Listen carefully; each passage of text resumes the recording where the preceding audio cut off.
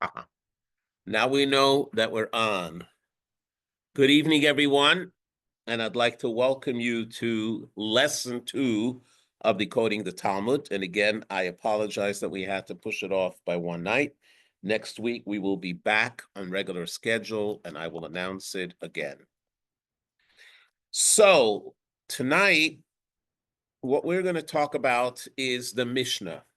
Because remember, at the end of the day, we are decoding the Talmud. And the Talmud has two parts to it. It has the Mishnah, which was written first, and we will go through the Mishnah with how many orders of the books and how many pages and how many words and all of that. And that was completed in the 2nd century. And it wasn't until hundreds of years later that the second part of the Talmud, which is more elaborate, which is the conversations and the dialogue, trying to understand the Talmud, was actually written. And we will do that in the future lessons. So in this lesson, we do want to focus on the development of the Mishnah. So in order to understand it, I want to explain something about the words written Torah versus oral Torah. The written Torah was the word of the Torah that was written on the scroll. Generally, when we talk about the written Torah, it refers to the 5 books of Moses, which is also written on a Torah scroll. We call it a Sefer Torah. And it has an exact amount of letters in every Torah that you open up, which is 305,804 letters. And every letter is identical. And that makes up the 5 books of Moses. The reason that I'm not mentioning the other books, the other 19, they're also part of the written Torah, but they contain no laws. They have no new laws that were not mentioned in the 5 books. So anytime there is a reference to a Jewish law, it is only a reference or how to enhance it. For instance, in the book of Isaiah, it speaks about Shabbat, that you have to have Oneg Shabbat, the delight of Shabbat, but it doesn't give you any laws on Shabbat. So when we talk about the written Torah as the law of God, it's specifically the 5 books of Moses. And that was written on a Torah scroll with precise letters. What's interesting about the written Torah, what makes it unique, is that when you take out a Torah scroll, if there is even one letter that is missing, then the entire Torah is invalid. You cannot use it in the synagogue. And a scribe has to be able to scrape off that word and rewrite the word unless it's God's name.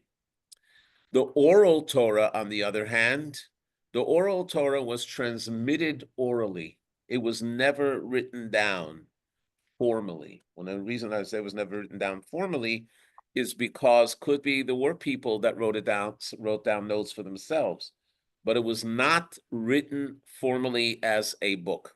So how was the oral law transmitted from generation to generation?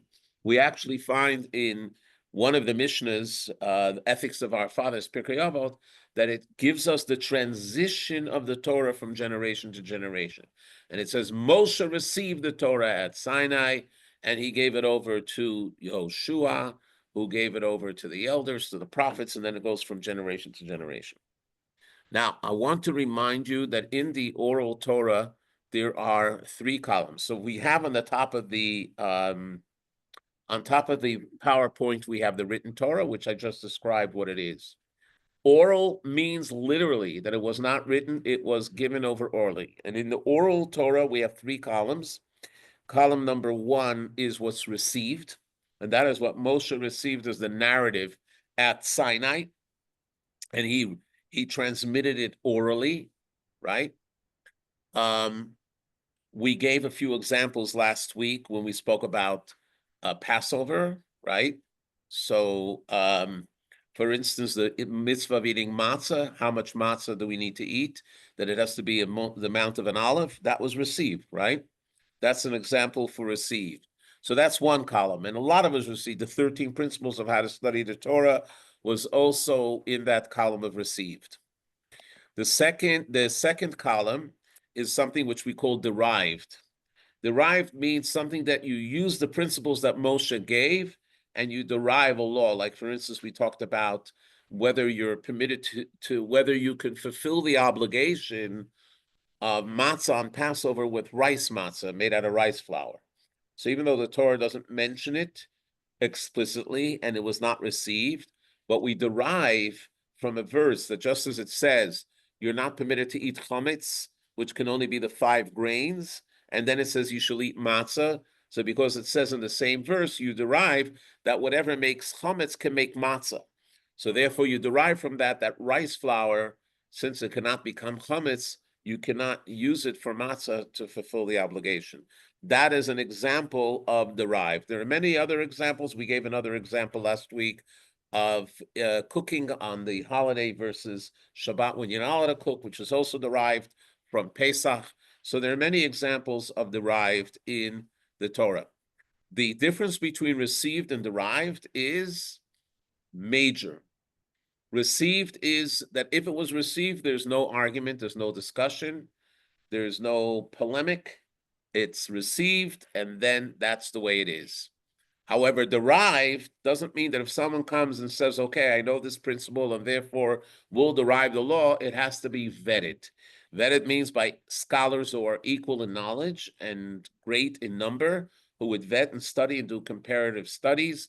And then they would say, yes, your derived principle fits into the rules and regulations, fits into the system that God put into place with Torah, and therefore it's accepted. So derived has to still depend on majority, okay? And then the third column is what we call legislated. And legislated means that it's not something which is derived, but the sages were given permission to enact certain kinds of behaviors in order to either guarantee the integrity of the observance or to enhance it. Like when we spoke about the matzah, the idea of eating reclined. So there you have the 3 columns again. Now, again, what's the main difference between the written and the oral? Is that the written was written precisely every word. If there was one letter missing, it disqualified the Torah. The oral was transmitted orally. Now, if you think about that, the entire part of the Torah that was received was transmitted orally, which meant that you had to memorize everything. And after you derived, you had to memorize everything. It's very interesting that historians say that when the pen or the quill was invented and people started to write things down, memory took a hit.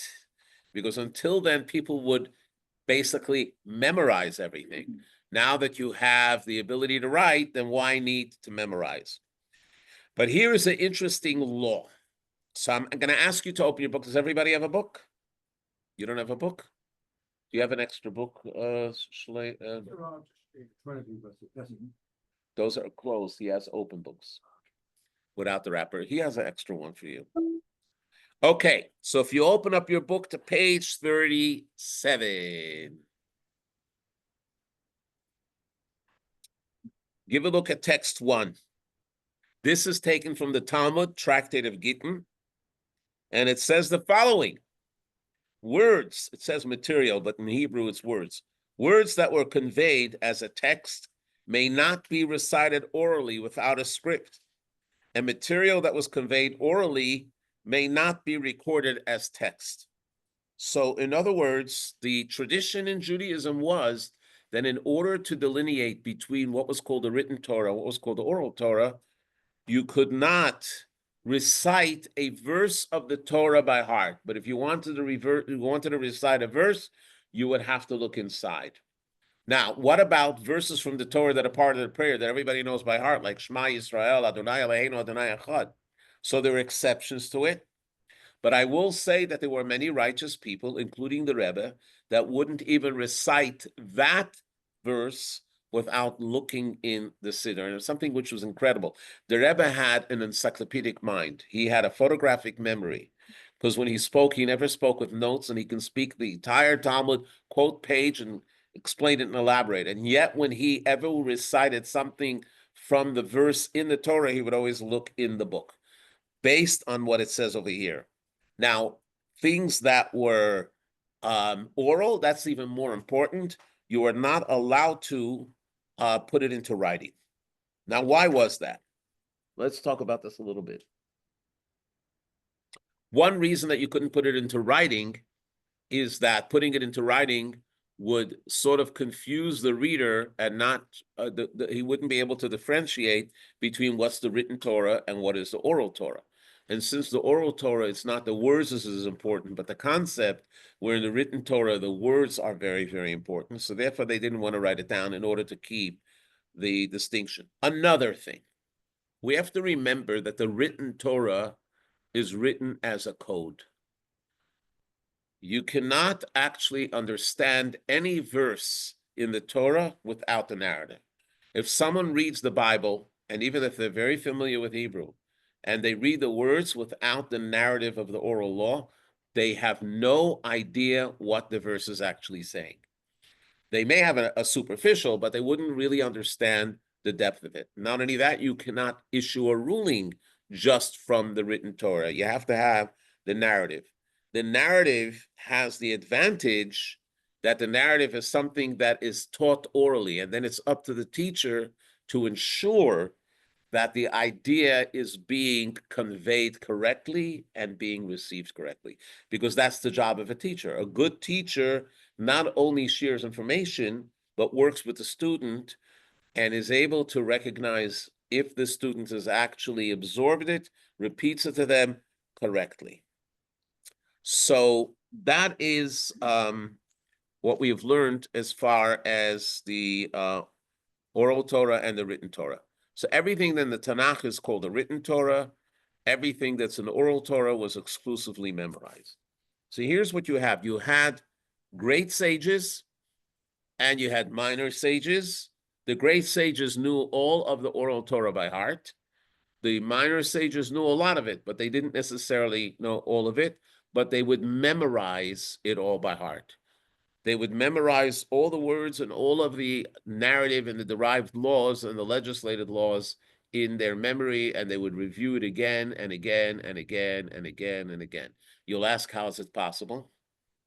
I'll share with you that when we were at the Rebbe's gatherings, the Rebbe would not speak from a prepared text, and he would speak for hours upon hours with few intermissions of a tremendous amount of volume of stuff.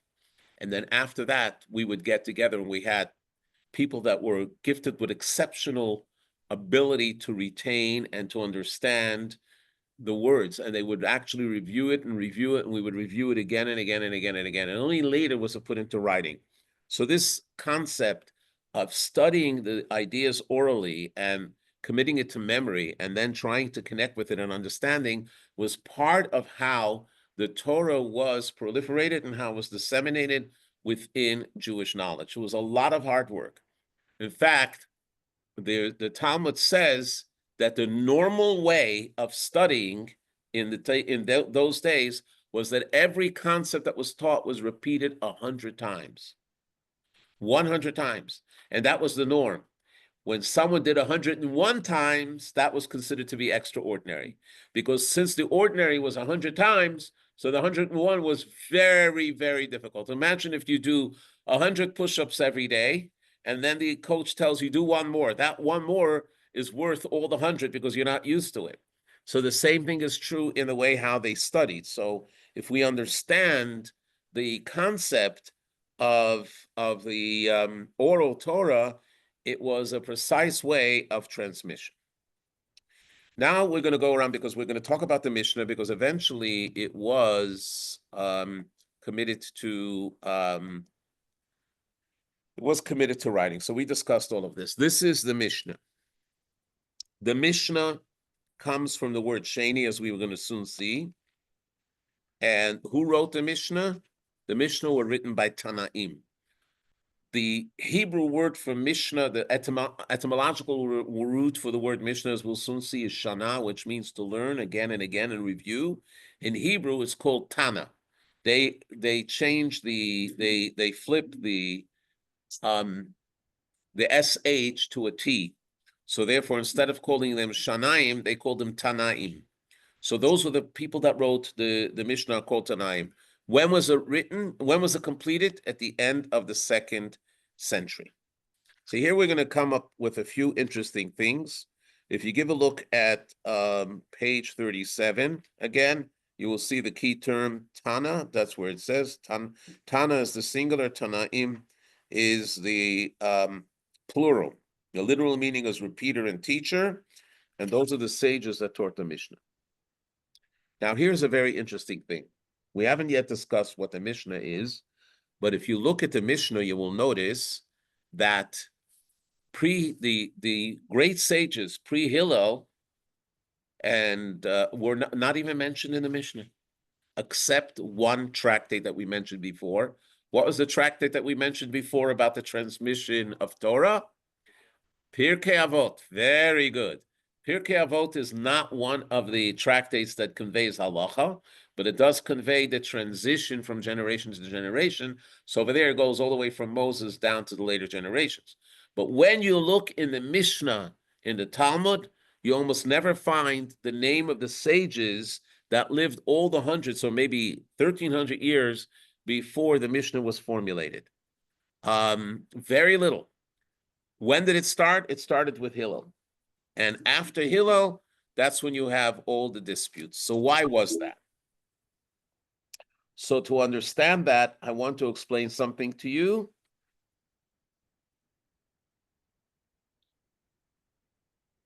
Let's give a look at page 38, then I'll explain it.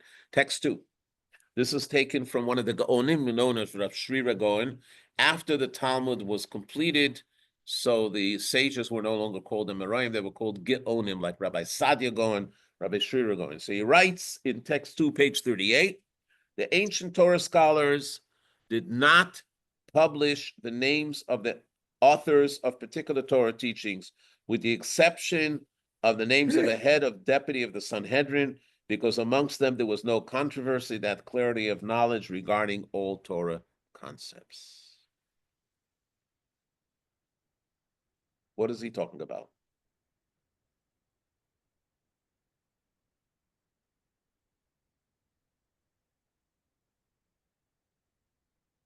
So if you give a look in the Mishnah is written the following. We're going to see a perfect example soon.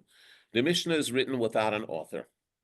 We know, as we will soon see, who the author of the Mishnah was, but it doesn't say whose name it is. But then it comes to one particular law, and over there it can give two opinions, which means that they have a disagreement. And the Mishnah doesn't say which opinion is the acceptable one. Only sometimes will it say that the majority of the sages accepted one opinion. Sometimes they don't say it at all. And I'll give you some examples about that. But all of these disputes that we learned started with Shammai and Hillel. Before that, we don't find the mention of any disputes. So what does it mean? There were no disputes? And why are they not mentioned? So I want to explain something that is fascinating.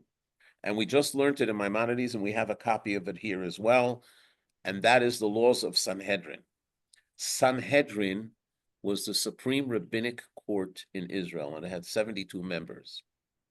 The Sanhedrin was chosen it's like the Supreme Court in the United States, but it was not just 9 justices, it was 72. The people that were on the Sanhedrin were extremely brilliant. They were extremely humble and kind. They were geniuses, and they were very worldly and knowledgeable. I'll give you an example. We're soon going to have the holiday of Purim. And one of the stories that it says in Purim is that Mordechai was able to pick up that Bigsan and Seresh, who were speaking Tarshish, which is a very remote language from a remote island, and he was able to understand their words, and they were threatening to kill the king. And he told his cousin or his niece, Esther, who told the king, and they captured him, and that's why the king wanted to reward Mordechai. The question is, how did Mordechai, who came from Israel and went to Babylonia, and then from there he went to Persia, know this language? So the Gemara in the tractate of Megillah says, because he was a member of the Sanhedrin.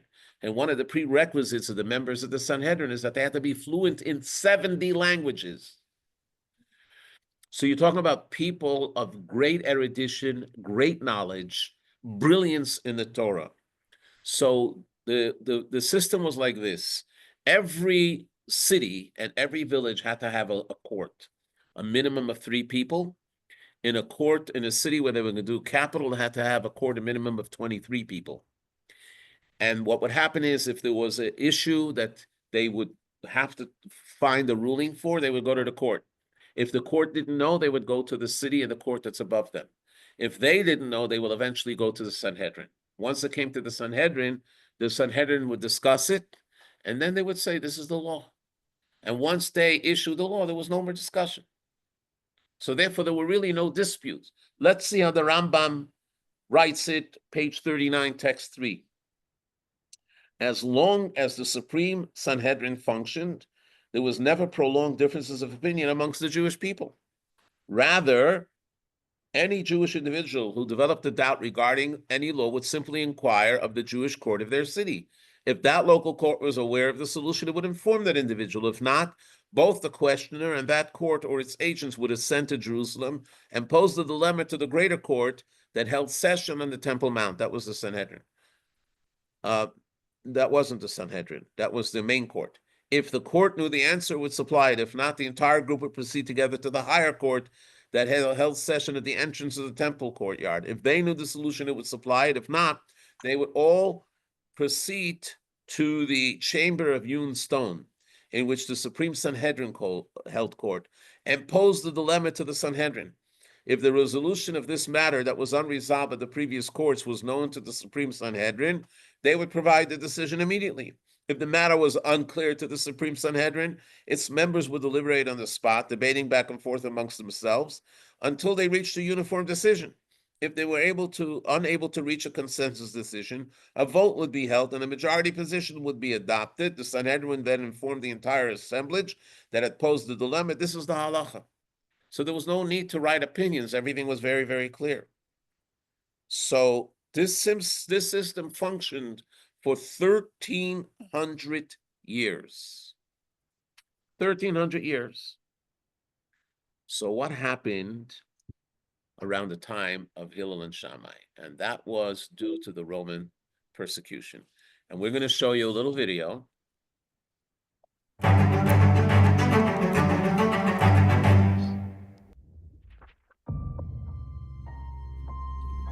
The ancient land of Israel first fell under Roman rule in the year 63 BCE, with Pompey's successful siege of Jerusalem.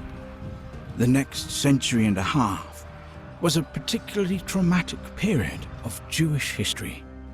Judea continued to function as a monarchy, but it was no longer independent. Judea became a client kingdom of the Roman Republic, and its monarchs were Rome-appointed puppets. Herod, perhaps the most infamous of the client kings, was installed in 36 BCE. Herod was the descendant of an Idumean convert to Judaism, who managed to curry favor with the rulers of the Roman Empire. He married the princess of the royal family of Israel, and eventually reigned over Israel on behalf of the Roman Empire. During the early phase of his rule, Herod massacred many of the leading Jewish sages, seeing their authority as a threat to his own. He also massacred the entire Maccabean family, including his own Maccabean wife and children. Despite the horrors, upheavals, and deprivations suffered by the Jews of Judea during this time, many continued to invest their efforts into studying, clarifying, and perpetuating God's holy Torah. Among them were 2 famous co-leaders of the sages, Hillel and Shammai. They and their students struggled mightily to navigate the turbulence of Roman subjugation. Following the death of Hillel, his grandson Rabban Gamliel served as both spiritual and communal leader of the Jewish people. He worked tirelessly to prevent the Jews from descending into direct armed conflict with Rome. But it was not an easy task.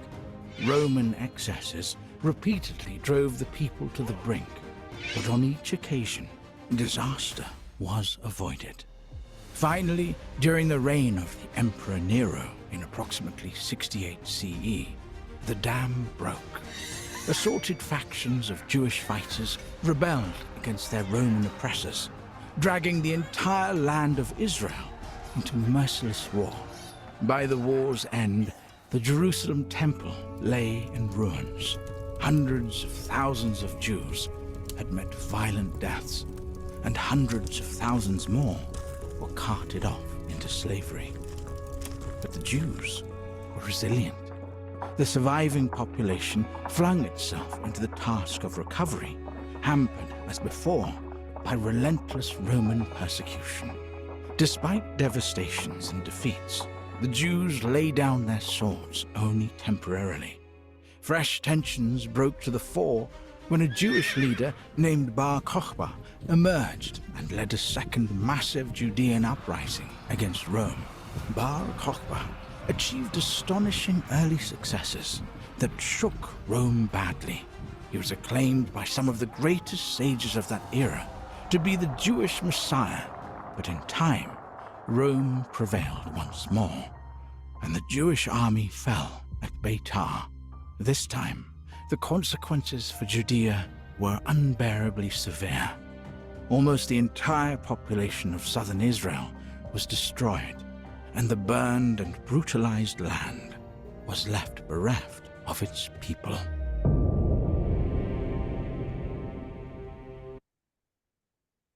Okay, so what we learn over here is that 40 years before the destruction of the temple, the Sanhedrin can no longer function because the Romans did not allow the Jews to have it.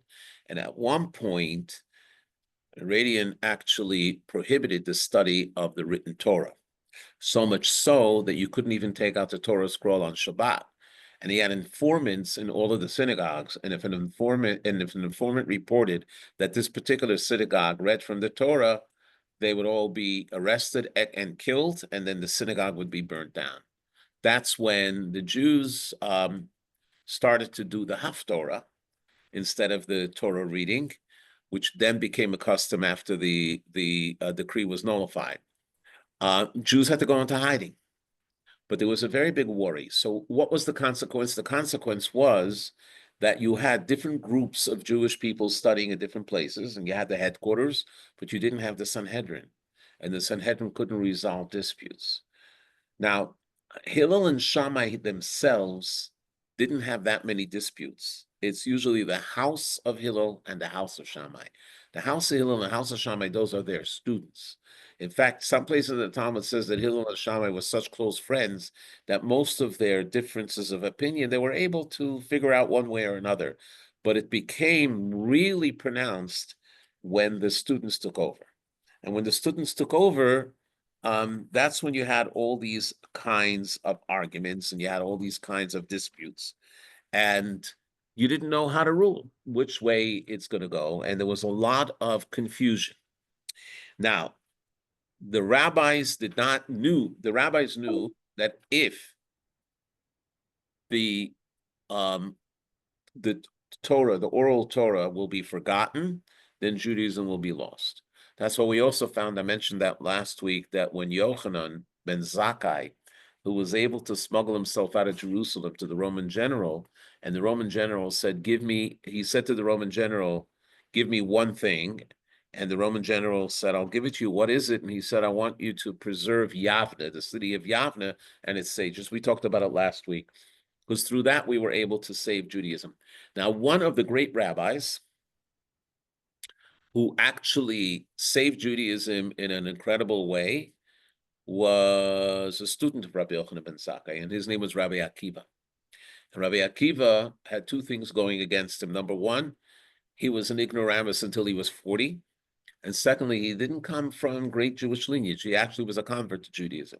And yet he became the father of the Talmud, not of the Mishnah, but in general, of formulating the halacha. And he actually risked his life at the time when the Romans prohibited the assembly to study Torah, and he would assemble people and study Torah. And one time there was a businessman by the name of Pappus that met him and said, are you not afraid to teach Torah? Aren't you afraid of the Romans? And he gave a response. And this response actually is in the Talmud, and it's also engraved on the grave of Rabbi Akiva up in Tiberias. So if you ever visit Tiberias, you go up the mountain overlooking the Galilean Sea, the Kinneret, you will see the grave of Rabbi Akiva, and in Hebrew, this entire passage is engraved on his stone. So what does it say, page 41? Rabbi Akiva said, let me relate a parable to what this phenomenon is compared to a fox that strolls along a river and notices that fish have gathered and repeatedly racing from one side of the river to the other. The fox inquires, why are you fleeing? The fish reply, we're fleeing from nets that humans are casting for us. Suggests the fox, would you like to ascend to dry land to escape the nets? We can live together up here, just as my ancestors resided with your ancestors. The fish retorted, aren't you the creature they describe the cleverest animal? It's clever as a fox, smart as a fox, or shrewd as a fox. In Hebrew, a fox is called a pikeach, which means the smartest of all. You're not clever, you're a fool. If we're afraid for our survival while we're in the water, our natural habitat that sustains our very life, then in a habitat that causes our death, we would be for sure certain of dying. The same is true of us, Rabbi Akiva concluded. We are actively engaged in studying the Torah that has described your life and your length of your days. And nevertheless, we fear for our lives. If we were to go ahead and desist from its study, we would have far greater grounds to fear for our survival. By the way, I was listening to a talk that the Rebbe gave in 1965 in February on the 10th of Shvat, and he talked about this story, and he said the shual, the reason that the Talmud uses the shual, the fox, is because it's a parable for those that want to tarnish the intellect of the Jew. To say, why do you have to be steeped in Torah? Come, let's go out of Torah. I will teach you other things that are just in the same parallel as Torah. And you don't have to be so involved in Torah. And that's the response that we give. Okay, so now we have the dilemma. Jews were persecuted. The Sanhedrin is no longer there. The academies are still functioning. They're still trying to figure out what the law is. So you have multiple opinions, and we don't know how to go. Comes along Rabbi Yehuda Hanassi, Rabbi Judah the Prince. Who was Rabbi Judah the Prince? First of all, he had an illustrious lineage. He was at peace with the Roman rulers. In his day, the Romans did not persecute the Jews, and he decided to compile the Mishnah. If you give a look on page 43, there's figure 2.1. Figure 2.1 shows you his lineage. It's important to understand who he was. So number one, his lineage came first from Hillel the Great, who died in 10 CE. He led the Jewish recovery from the Herodian massacres. He founded Beit Hillel because he was the contemporary of Shammai, and his views were accepted as halacha. So what does that mean? When the Talmud says, whenever there was a dispute between the house of Hillel and the house of Shammai, we go according to Hillel. We don't go according to Shammai. Why is that?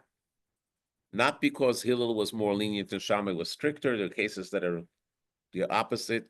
It's because you have to follow the majority. And the house of Hillel had the majority.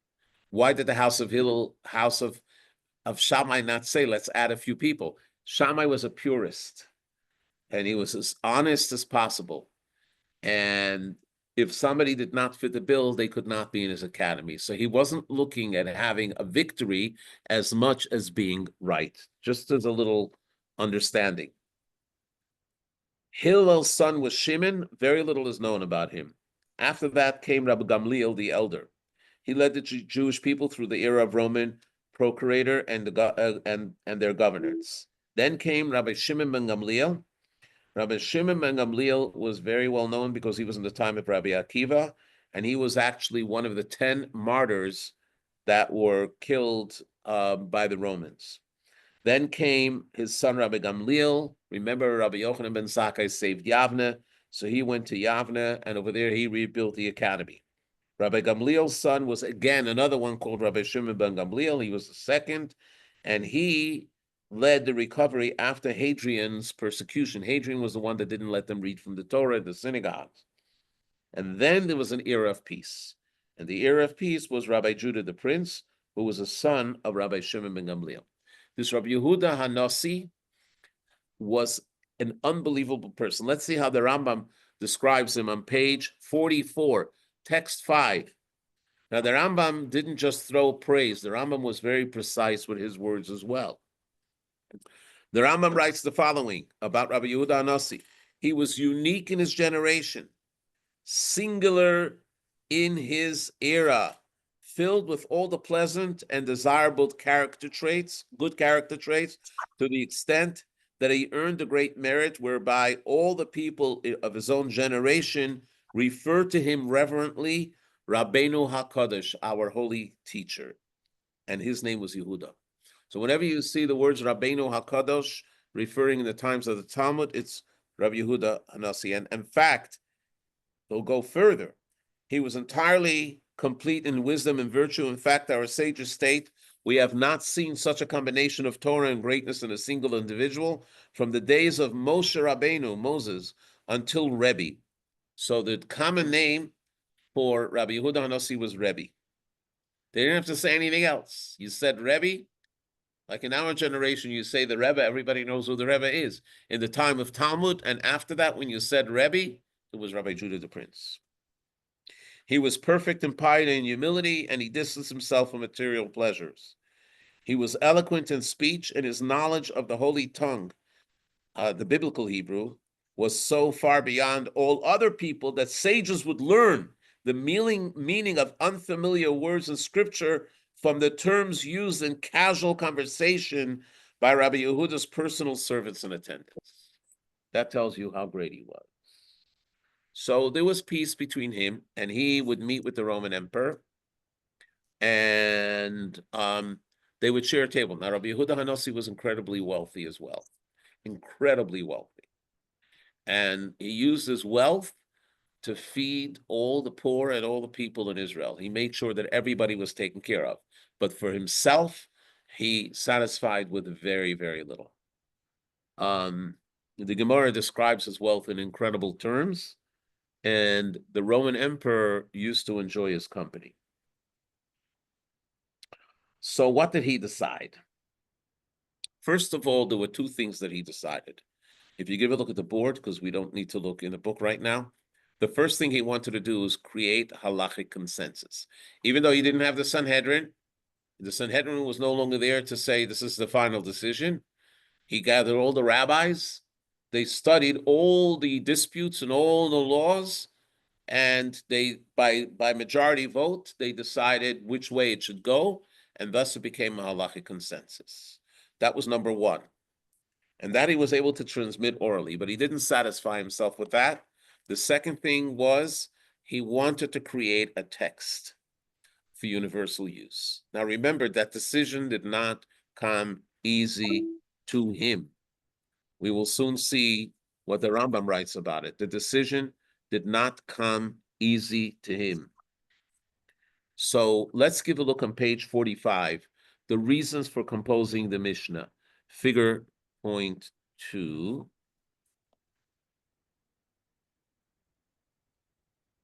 Increased halachic disputes, the inability to consult and reach consensus due to relentless persecution and increasing dispersion. So what was the solution? Take advantage of a relatively peaceful window of time to reach consensus and record the Mishnah.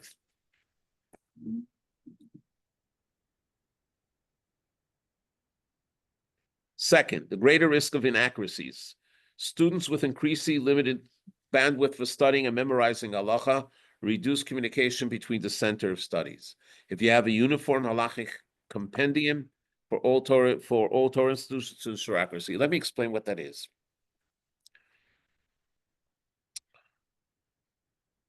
And here's a very interesting concept which I want you to focus on. And please ask me if it doesn't sit well with you.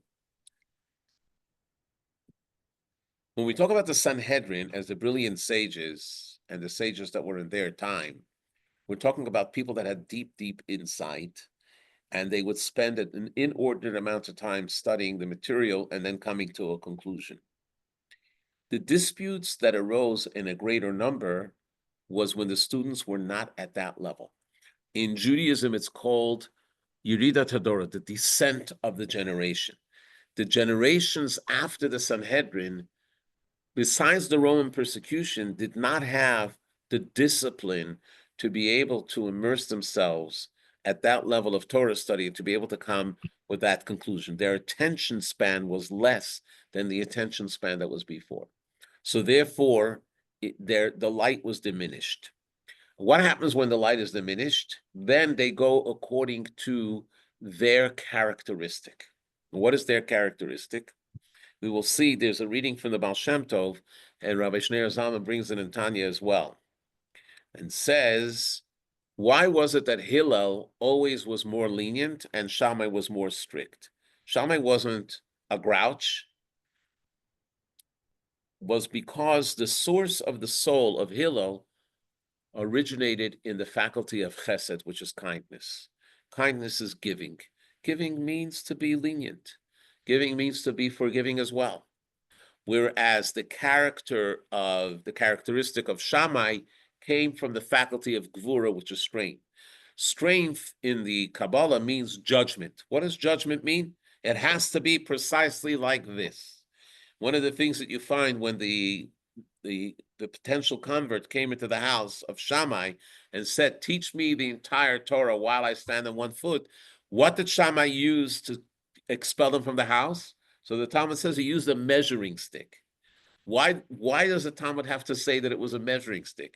It indicated that everything by Shammai was measured precisely to the exact millimeter.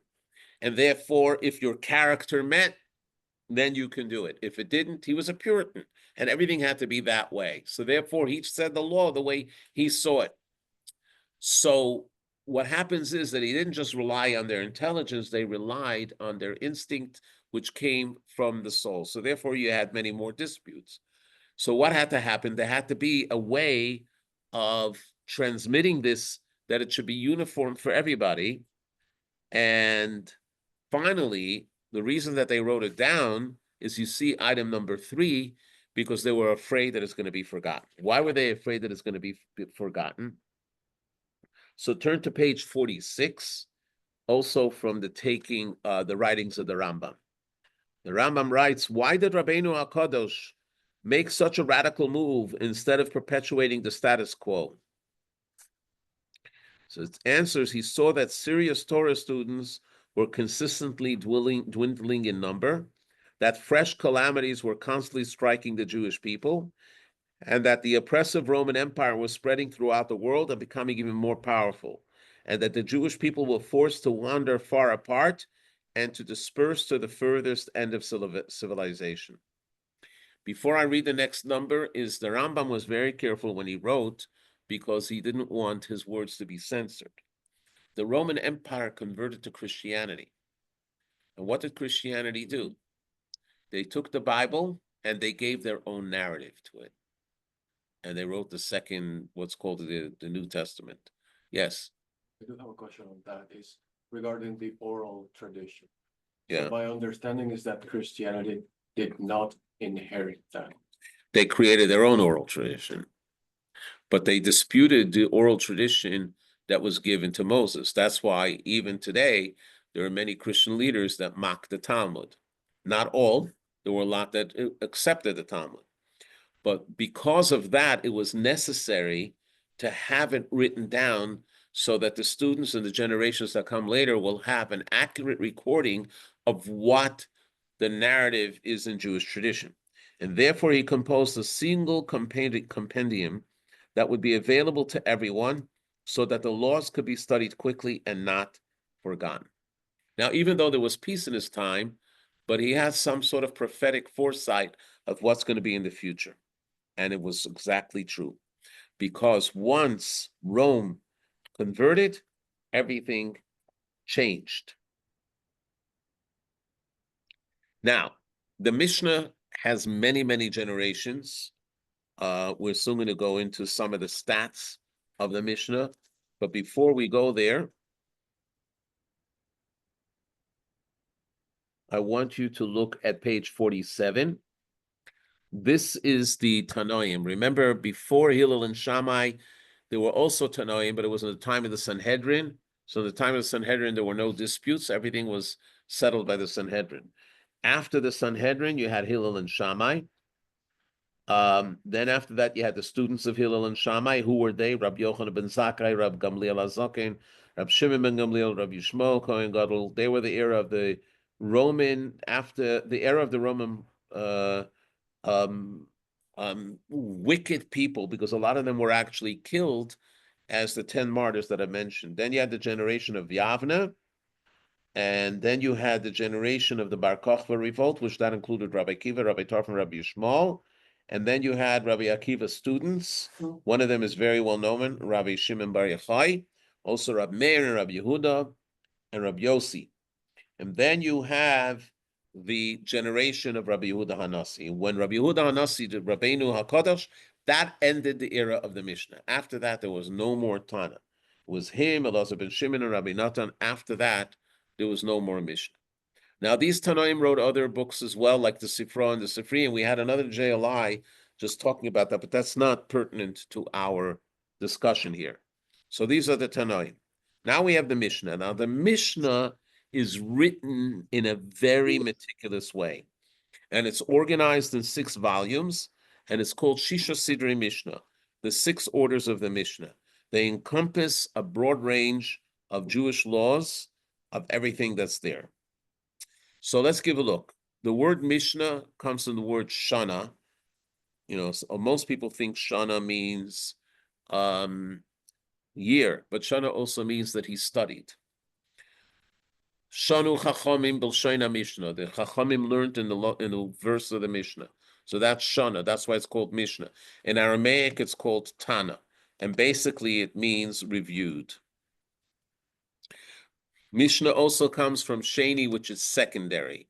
It comes after the written Torah. Let's give a look at some more facts.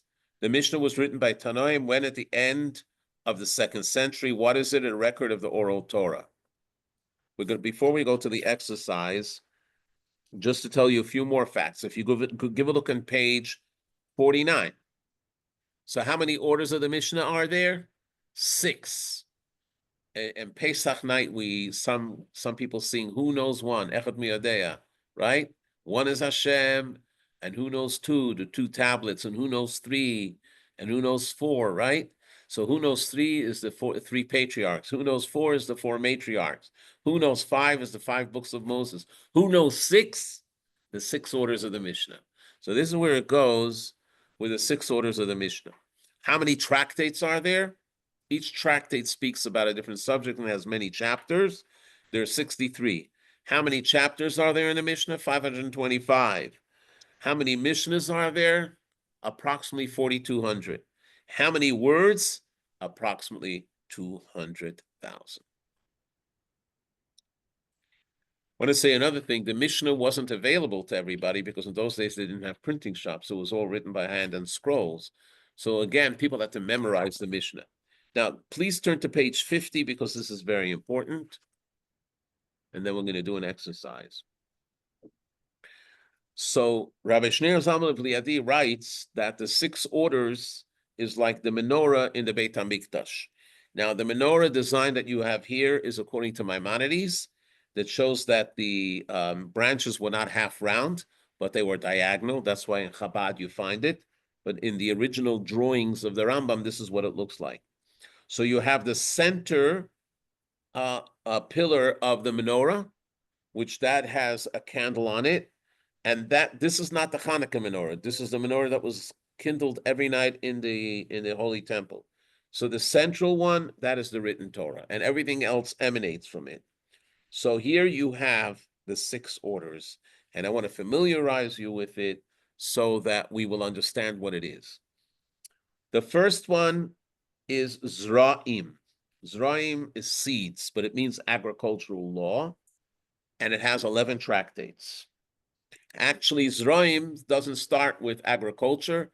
Zra'im starts with the laws of Shema and the laws of prayer. And there's a reason for that.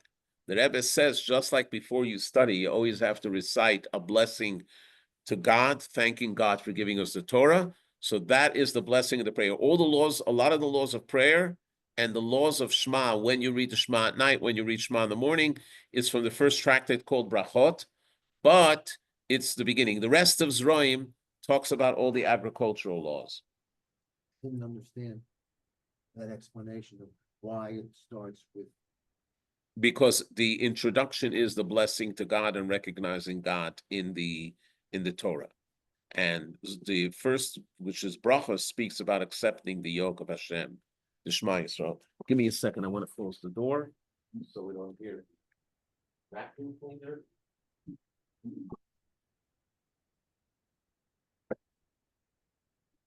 Yeah. Thank you. Let me explain that again so I won't rush through it. Generally, we're soon going to see all these tractates, what they contain, but the only anomaly, there's several anomalies, but one anomaly is the tractate of Brachot. Well, how does Brachot start? Starts me'e matai korin et Shema ba'arvis. When do you start reading the night Shmas? You know you have to recite Shema twice a day, when you go to sleep and when you wake up. Go to sleep means nighttime. So when does nighttime start? So does nighttime start at sunset? Does nighttime start when the stars go out? So the Mishnah gives you some clues that when the Kohanim go out to eat their truma, you know that that's nighttime. But till when can you read the Shema at night? So it says you can read it till midnight. Comes along Rabbi Gamliel and says, actually, you can read it until the morning star. And the reason the sages have said until midnight is that people shouldn't be negligent and say, oh, I still have time. And by the time they remember, it's already too late.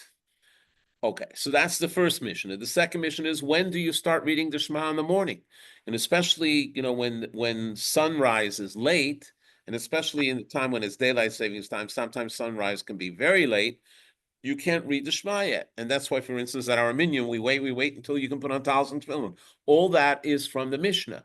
When can you start putting on Shema? When can you put on tefillin? All of that is in the first tractate, and it's called Brachot, and it speaks about blessing Hashem and all of that. So it's a tractate that speaks about our relationship with God, with special rituals that we do to accept God's yoke. So the sages decided that that should be the first one, but since it's not a standalone order, they put it as an introduction as the first one in Zroim. But all the others speak about tithing, they speak about truma, they speak about the mitzvah of orla. All of that is the agricultural laws, which are specifically for the land of Israel, which is governed with special agricultural law. The second tractate after that is called Moed. Moed means an appointed time. That tractate talks about Shabbat and all the holidays. So we mentioned that we're soon going to study a Mishnah about Pesach. It's in the tractate of Psachim, which is the plural for Pesach. What tractate is Psachim in? Moed. We have a tractate called Sukkot. What tractate is that in? Moed. We have a tractate called Yuma, which is about Yom Kippur. Which one is it? It's a Moed. Okay. Then you have Nashim. Nashim is the word for marriage. So Nashim means women, but really it's all about marriage and divorce. Anything that has to do with marriage and divorce is found in Nashim. Also, the laws in regards to anything that has to do between marital relationships, men and women, is all in there. Then you have the tractate of Nezikin. Nezikin includes civil law and criminal law. For instance, Nezikin has civil law, which is real estate law, which is Baba Batra. And then it has liabilities of damages, which is Baba Kama. Criminal law, which is Baba Mitzia. So you have Makis, Sanhedrin, you have laws of judgment and punishment. Even the laws of idol worship, because it's a criminal law in Judaism, is also found in Nezikin. We're soon going to talk about why they combined it all like that. Then Kachim is about all the offerings that were brought in the temple, most of the offerings that were brought in the temple. And then you have Taharot, which is purities, like the laws of mikveh are there. The laws of what becomes clean and unclean are in Taharot. So we're going to do a little exercise. Now, I have to say that because the Mishnah was written in such a concise way, we're soon to see that the Mishnah was written in such a concise way that they actually treated it almost like the written Torah in the sense that they did not waste ink, that every line could be learned and understood, and you learn and derive from it many laws. So the Mishnah is written in it also like in a code. And that's what we will see in the Gemara, that the Gemara tries to decode and decipher what the Mishnah said. So, okay, we're going to do our little exercise on page 51. And you don't need to know the answers. Number 1, I already have it on the board. The laws prohibiting the use of the fruits of a tree during its first 3 years. Which tractate is that in? You see it on the board, it's drawing. Laws governing the delivery of a bill of divorce via an agent. Nashim, that is correct. A list of the psalms sung by the Levites in the Holy Temple, since that's temple service, is kachim. Very good. And laws concerning the red heifer, which is how to purify someone, taharot. Okay. It's not going to be that easy for the rest of it, but we'll see. Laws concerning the Passover Seder, moed is correct. Okay, very good. Laws concerning the obligation to return lost property to its owner. That should be easy. The Zikin is correct. Okay. Laws governing the portions of the Torah to be read on Shabbat and holidays. That's a little harder, but the holidays gives it away. Moed is correct. And by the way, which tractate talks about it, you'll be surprised, is the tractate of Megillah. Megillah speaks about the kashrut of a scroll of Esther. So once it speaks about the kashrut of a scroll of Esther, it speaks about Torah scrolls in general. Then it speaks about what Torah portions have to be read. Then it talks about the sanctity of a synagogue and what you can do with the synagogue, what you can't do with the synagogue. It's all in that tractate. Okay, number 8, laws of vows. This is a hard one. These are religious vows that one makes, and they have to be nullified in front of 3 judges. I'll spare it to you because it's very difficult. That's actually in Nashim, because most of the vows that people made was marital vows, so therefore they put it in Nashim. The number 9, laws governing the interaction between Jews and idolaters. I already told you the tractate of Avodah Zorah is Nezikin, so that I gave you away. 10, a discussion of the identity of the books of scriptures to be part of the Tanakh. This is a tricky one. And the reason why we put it in is to show you how one leads to another. You would think it's a Megillah, but it's not. So if you want to know which books are part of the Tanakh, you look in the Mishnah and the Talmud, and it's actually in Tara. Why in Tara? So it's very interesting. Do you know that the sages had at one time made a decree? It's called the Tractate of Hands, that hands have to be washed. That's why we wash before a meal. But it said that if you touch a holy book, you need to wash your hands. You become unclean. Why is that? Because in the olden days, people would store their scrolls together with food. Now, what would happen if you have parchment together with food? It would attract mice or other kinds of rodents. And then what would happen is that they would pick it up and they would be touching something that's unclean. So, but the decree only went for scrolls that are considered holy scrolls. And the Talmud has to discuss what's a holy scroll, what's not a holy scroll. So even though on the surface it has nothing to do with that, but because they already touched on it, it went into it. And what we see from here is that the Mishnah was not, even though it was written concise, but it was also written with the intent of saving space and saving ink and minimizing as much as is written, because they didn't feel comfortable writing it and recording it, because remember, it was the oral law. So they used the minimum and hoping that the students knew the narrative that went along with it, and then they did it. Finally, 12, the laws of the day, 11, sorry. Laws regarding the prohibition of meat and milk is also a tricky one. Nope. It's actually a different one. It's called Kachim. It's interesting that all the tractates in Kachim speak about the special offerings that were brought in the temple. But there's one tractate that's called Chulin. Chulin means mundane. What happens if you slaughter an animal not for the purpose of an offering? What are the laws for that? Where did they put it? Together with the other ones when you're talking already about the offerings that you bring in the temple. So they added that over there. Since they're speaking about Chulin, it spoke about the laws of kashrus, so all the laws of kashrus and kachim.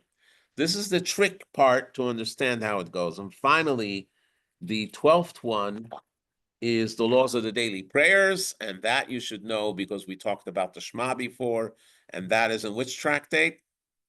Zraim is correct. Okay, very, very good. So the Mishnah was written in a very concise way. So we want to see a sample of how the Mishnah was written.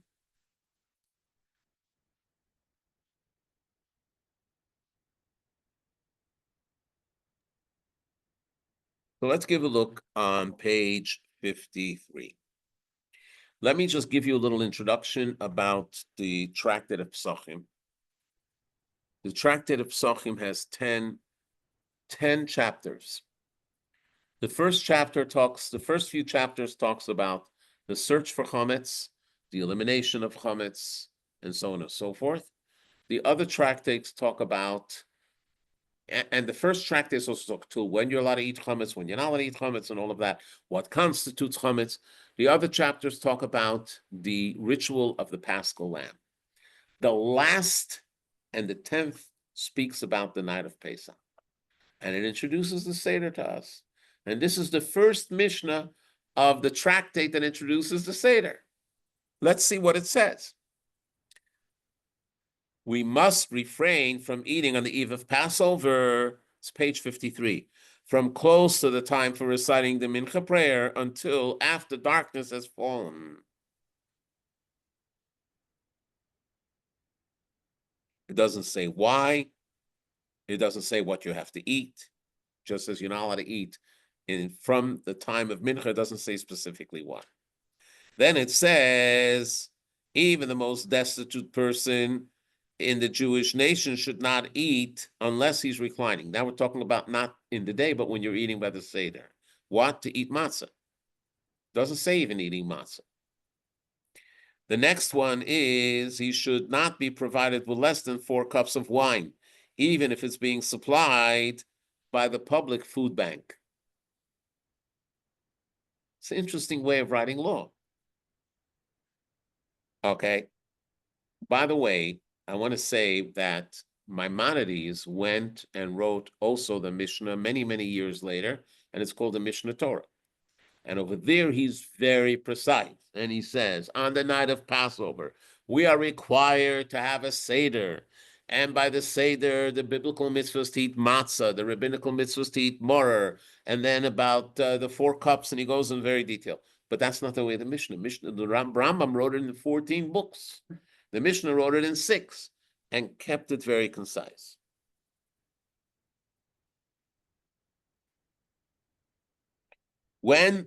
Now the 4th thing is when they pour him the first cup of wine, according to Beit Shammai, he should first recite the blessing over the festival and the blessing over the wine.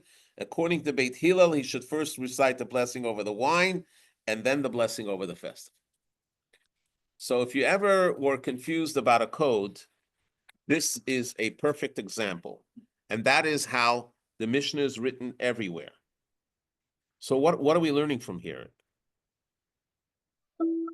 So why would the Mishnah say that on the night before Pesach, you shouldn't eat until from Mincha till nightfall?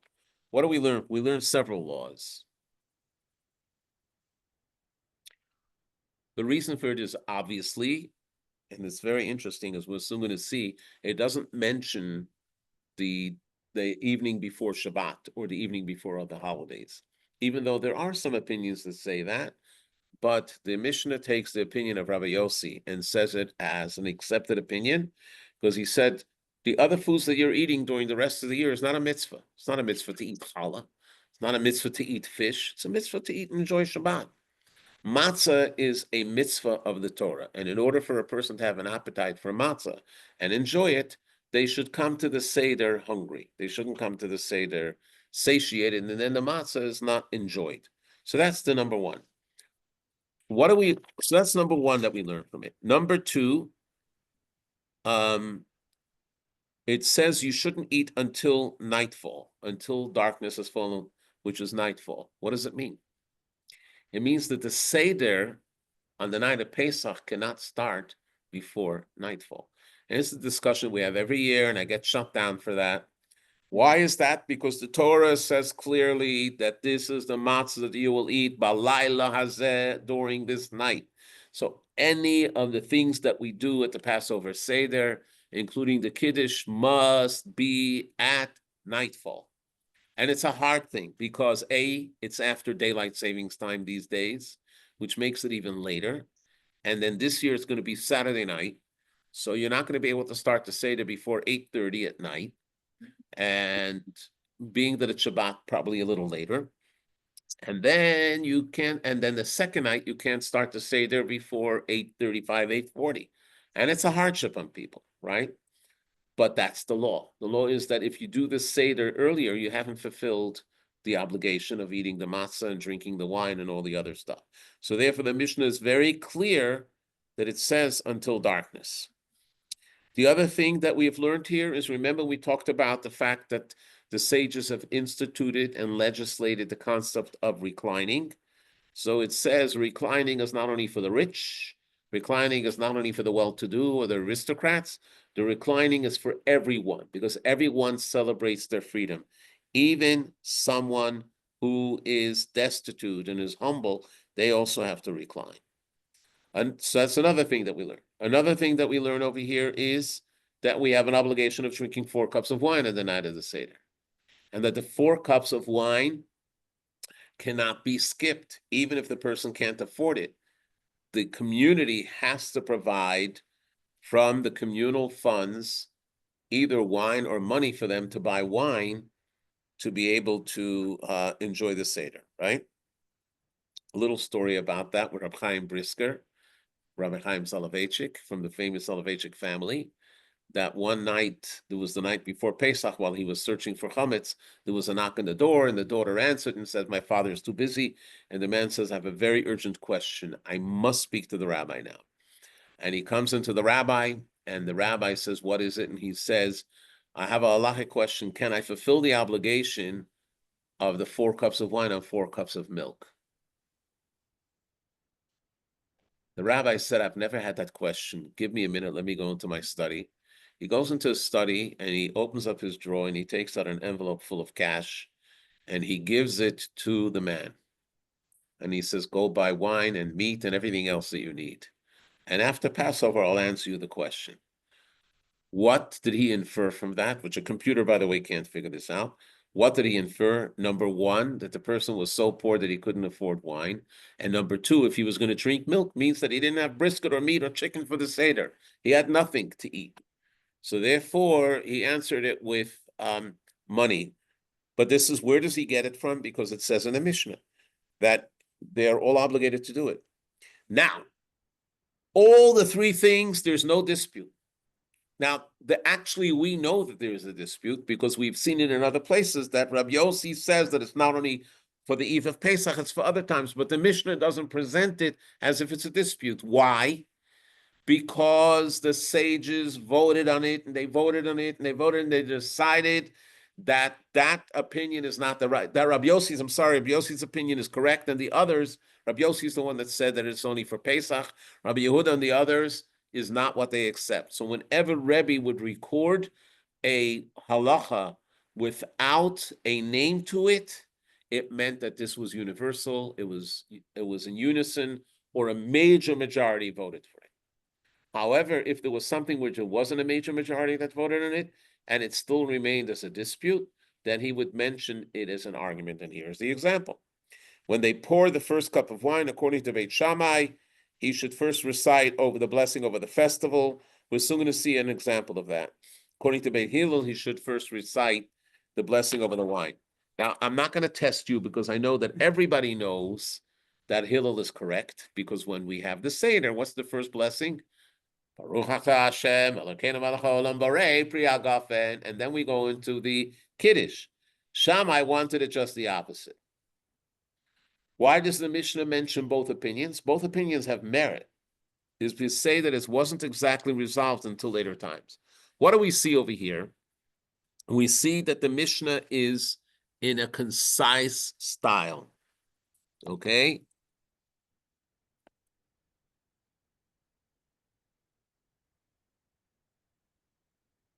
Number one, there's the mitzvah of reclining, even if someone has poured the 4 cups of wine, and even if it means taking it from the communal fund.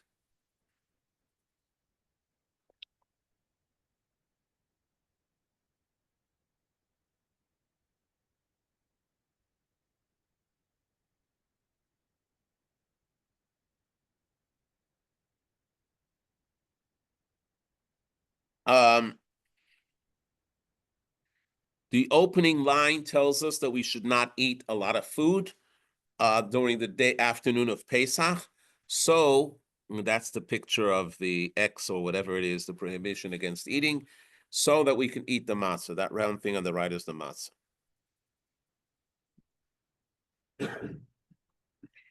Now, according to the Talmud, why does he only mention it on the night of Pesach or the evening of Pesach?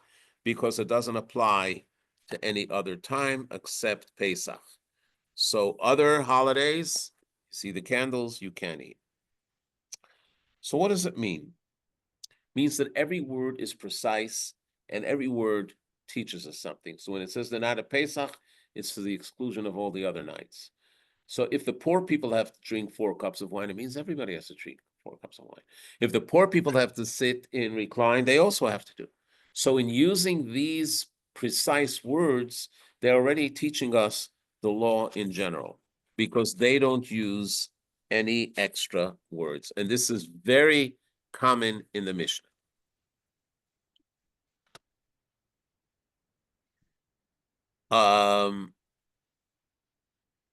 Now, when it comes to Hillel and Shammai, we see something else. I want to show you, if you go to page 54.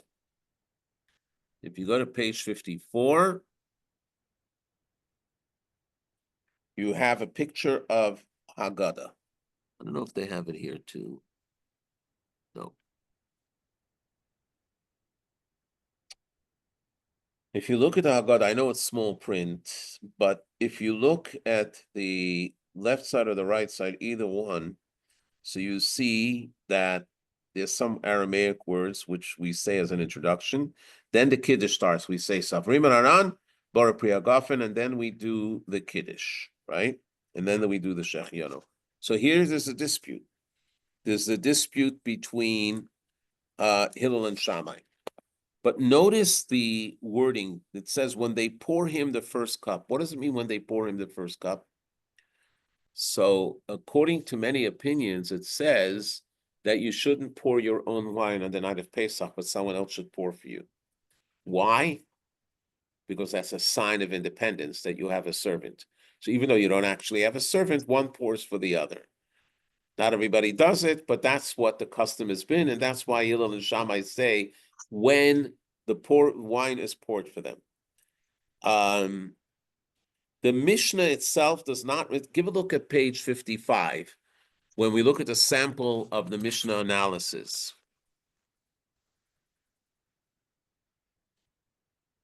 So the Mishnah's directive is even the most destitute person in the Jewish nation should not eat on Passover unless he's reclining. It fails to mention the basic obligation, but the Mishnah assumes that the reader has prior knowledge of basic Torah laws. Like, for instance, the first Mishnah that starts from when do you start reading Shema? It doesn't say there's a mitzvah to read Shema in the morning and at night. The Mishnah is assuming that you already know that. The Rambam, on the other hand, when he wrote the first Code of Jewish Law, did not assume that anyone knew anything. So he wrote the Code of Jewish Law, and the Code of Jewish Laws that have followed also are very precise, but not the way the Mishnah. Even for the destitute person in the Jewish nation should not eat on Passover unless it's reclining, and should not be provided with less than 4 cups for wine for Passover Eve, even if he's being supplied by the public food bank. So there's so many laws that we learned from here, but they've used only 17 Hebrew words because the Mishnah is very extremely concise. By the way, just speaking about the 4 cups of wine, today, if someone cannot tolerate wine, we suggest that they drink grape juice. There's special kosher grape juice, and it says that it's kosher for Passover. But in the days of the Talmud, they didn't drink grape juice because they didn't know how to save it from fermentation. So everything was fermented. So there were certain sages that said that they would be ill from Pesach till Rosh Hashanah from the wine that they drank on Pesach. And yet they did it every year because the mitzvah was so precious to them, even though they suffered from it. Today, we don't advise people to do that. Today, we advise people that if they cannot tolerate alcohol or wine, they should drink grape juice. But this is the idea that there has to be the 4 cups. So again, going back, that the Mishnah is written in a very concise way. The way the Mishnah is written in itself tells you why you need the Gemara, as we're going to see in next week's and the weeks after that. Because without the Gemara, you can't truly decipher it, what it really means. And sometimes the Gemara will come and say that there's an entire line or paragraph that the Mishnah means that if you put it in, it makes sense in a different way. And that came through a lot of discussion. So they broke through, and the Mishnah was written. The Mishnah was written in the 6 orders. And I want you to know that even today, it's a very big thing in Orthodox communities that we study the Mishnah by heart, since it's the oral Torah. I know that in our schools and in camps, they make a big deal of how many lines of Mishnah the kids can study by heart and know it by heart and recite it by heart. It's called Mishnayos Baal Peh. The previous Rebbe pushed it very strong, and the Rebbe also, remember, when the summer camps would come back from all of their different places, they would have a communal davening prayer with the Rebbe. So you had thousands of kids, the Rebbe would come down, and then the announcer would give a gift to the Rebbe. What kind of gift can you give to the Rebbe? How many lines of Mishnah were studied collectively by all these children? And you could imagine that they were in the hundreds of thousands of lines. And that was the only time the Rebbe actually broke into a smile, because it was something very special. Okay, we'll finish, because we only have another few minutes, with the importance of the Mishnah. And this is very important because most people think that the most important thing is the written Torah. The truth of the matter is that the oral Torah has virtues over the written Torah even more, because it's the basis of the covenant between God and the Jewish people. The Gemara says the following, page 57, text 8. Says Rabbi Yochanan, or Rabbi Yochanan taught, God made a covenant with the Jewish people only for the sake of the Torah materials that were transmitted orally, because in Hebrew it's called Baal Peh. It is therefore stated, for on the basis, al pi, of the matters, I have made a covenant with you in Israel. Because if you look in Hebrew, it says, Kal pi hadvarim ha'ela. Al pi means on the mouth, which speaks about what was given orally. And it indicates that the covenant that God made with the Jewish people was actually not based on the written Torah as much as it was based on the oral Torah. Why? A simple explanation. If you give a look on page 58, text 9, this is written by the Maharal. You've heard of the Maharal of Prague, also known as Rabbi Yehuda Lau. Most people know that he created the Golem, but he was a great Kabbalistic scholar. He was the chief rabbi of Prague. So he writes the following: the oral tradition, the Torah Shebaal Peh, exists through human engagement, thereby bonding the Torah with the Jewish people. Had the Torah been confined exclusively to parchment, it would lack this human bond. In other words, because the written Torah is written in code, and you're required to study the oral Torah, and you have to involve in it orally, So then you engage your mind, your heart, and your whole being. And then it becomes part of you.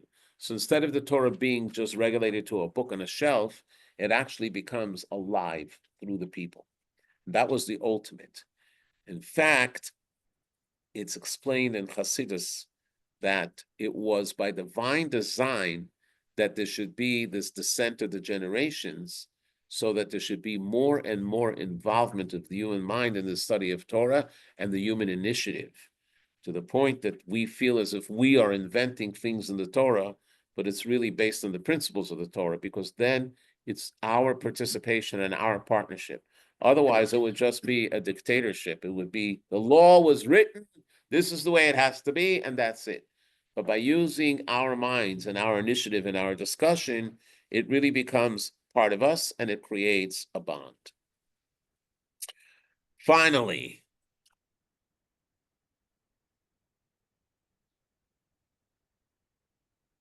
we learned this already. Mishnah is the same letters as Neshama. This comes from the Arizal. The Arizal, Rabbi Yitzchak Luri, writes that Mishnah and Neshama are connected, and that's when you want to elevate the soul, you study Mishnah. What do we mean by that? When somebody passes away, we study a Mishnah in their sake. One of the customs is to conclude the entire 6 orders of the Mishnah, or before Kaddish is recited at the end of the prayers, we recite 2 chapters of the Mishnah. And in fact, it spells out the word neshama, the soul. Why is it? It's related to what we studied before about the covenant between God and the Jewish people. The soul is the essence of the Jewish people. The oral Torah is the essence of Torah itself. And when they connect, it enlightens the neshama. I want to just say a few more things about the Mishnah that the previous Rebbe said. The previous Rebbe said that when you study Mishnah and you study Mishnah by heart, it purifies the ear, it purifies your mind, it purifies your soul, and it also helps the soul be refined, that when the body leaves the soul doesn't have to go through the torturous acclimation to the Garden of Eden. And all of that is a study of the Mishnah. Now, in all honesty, you cannot study the Mishnah without the Gemara, but if you are memorizing Mishnah by heart, you don't have to do the Gemara. There are some people that study the Gemara by heart as well. There are a lot of yeshiva students that do that, because by studying by heart, they're able to bond with it. But our biggest emphasis is on studying the Mishnah just to know what the Mishnah says and to understand the Mishnah and how the Mishnah developed Jewish law. So I'm going to give you just a few more examples of the Mishnah to try to understand how it has regulated our life. Okay.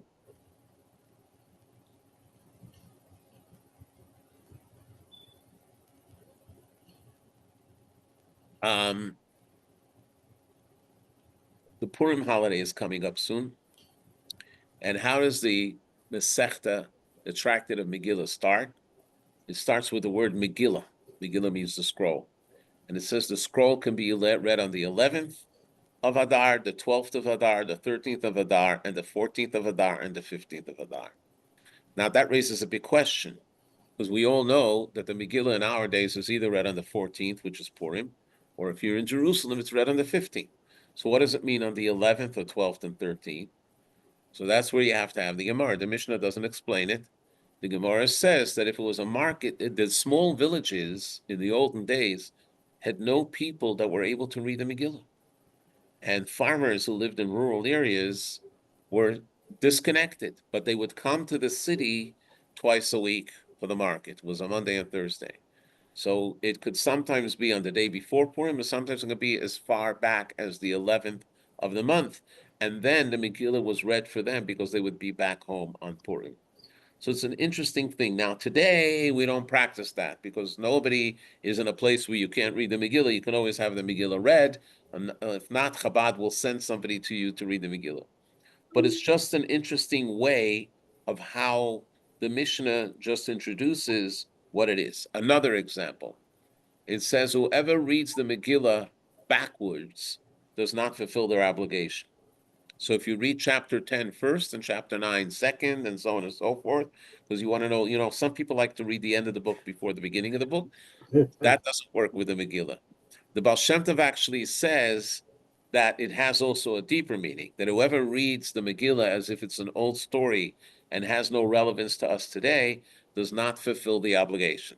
Because you have to understand that in every generation there are Hamans that want to kill the Jewish people, and they have no other desire to do that, and that we have to sort of be on the defense, and we have to study Torah, we have to do the right thing to protect ourselves. So these are examples constantly of the Mishnah of how it guides everything in life. But the Mishnah was the first book that was written that recorded all the oral teachings. Now, it still required a lot of imagination, and it still required a lot of understanding. The rabbis, when they wrote the Mishnah in the concise language, people understood what they were saying because it was also like a code up to almost like the written Torah. However, hundreds of years later, the sages that came after that, because it was such a difficult time, there were some things that were handed down, some things that were not. They had to refigure what the Mishnah is saying.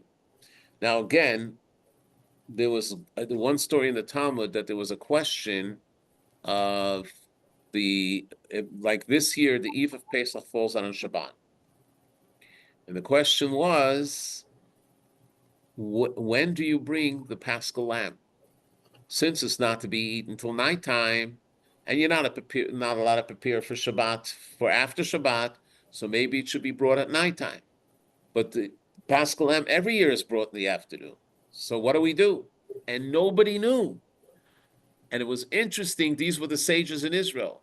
And they said there is a new sage who's actually an old sage who used to live here, and then he moved to Babylonia, and now he came back. And you know what his name was? Hillel, the Hillel that we mentioned before, the great Hillel.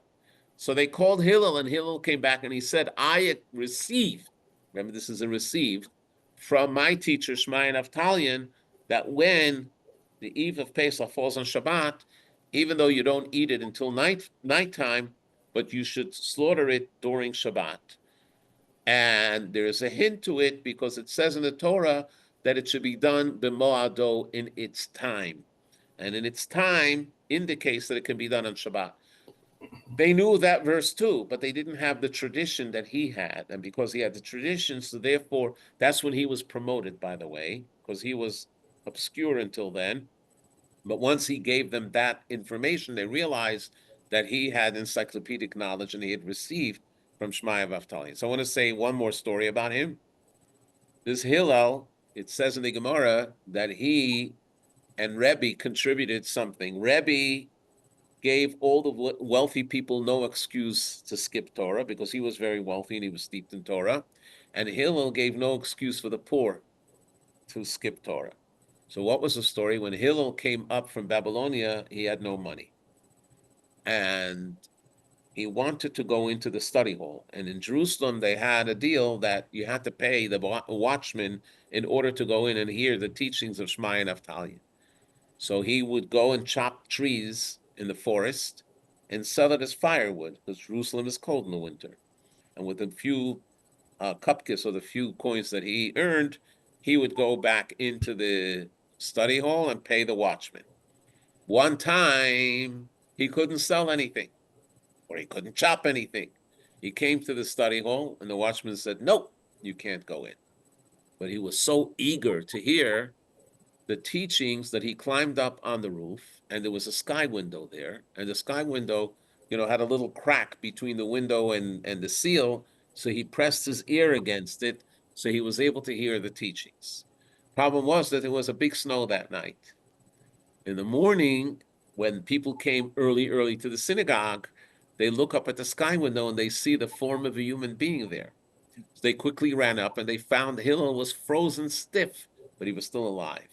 So they brought him in and they thawed him out, which you usually do with snow, not with warm water. They thawed him out, and Shmaya and Naftali came to the synagogue to pray. And they saw this man that they were reviving him and bringing him back to life. So they asked what happened. They said, we found him on the roof. So when he came to, they asked him, Why were you on the roof? He says, because I couldn't afford to pay the watchman. When they heard that, they abolished the fee for the watchman, and they said, from now on, anyone that wants to come in can study. We're not charging any money for that. So the Gemara uses it as an example of someone that was poor, but yet he wanted to study Torah. So this was the Hillel. And he so received the information that he became a resource for his generation and the generations after that in understanding the law. So now that we have studied the Mishnah, we will next week go to the Gemara and start experimenting with a little bit of the Gemara. This is how the oral Torah was first recorded. Now you have that story. Thank you very, very much. Thank you, Rabbi. Next week, we'll go back to Tuesday. Just remember that. Okay? Thank you all. Thank you.